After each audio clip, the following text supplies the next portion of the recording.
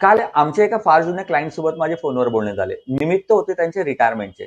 Retire होण्याच्या आधी म्हणजे मागच्या वर्षीच त्यांनी सांगून ठेवले होते, की आम्ही रिटायर होणार आहोत. त्याच्या येणाऱ्या पैशांचं तुम्ही नियोजन करून ठेवा. म्हणजे पी-एम-एस-ए, म्युच्युअल फंड सगळं व्यवस्थित प्लॅन करून ठेवा. मी कॉल करून त्यांना रिटायरमेंटची बधाई दिली आणि विचारलं, की तुमच्या रिटायरमेंट प्लॅनिंगचे आता आपल्याला कसं करायचंय? त्यांनी सांगितलं, की पुण्यात आम्ही सगळ्या अमाउंटमधनं एक कॅशमध्ये फ्लॅट पर्चेस करून घेतला.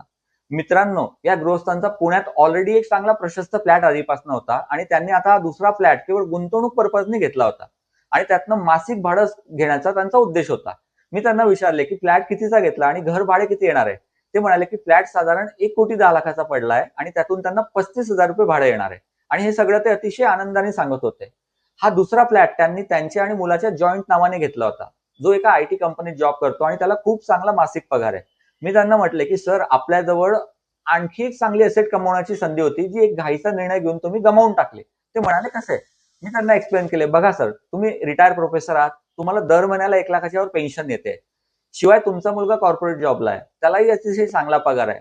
तुम्ही फ्लॅट पूर्ण कॅशमध्ये न घेता 7% वार्षिक व्याजाने 80% व्हॅल्युएशन अमाऊंटवर तुम्ही बँकेकडनं लोन घेतलं असतं आणि हीच वाचलेली 80%ची रक्कम तुम्ही एका हायब्रिड म्युच्युअल फंडमध्ये गुंतवली असती आणि त्यातनं सिस्टमॅटिक विड्रॉल प्लॅन घेतला असता, तर त्या एसडब्ल्यूपी मधनच तुम्ही ईएमआय आरामात भरू शकले असते. म्हणजे एकशे जागी तुमच्या 2 असेट झाल्या असतात.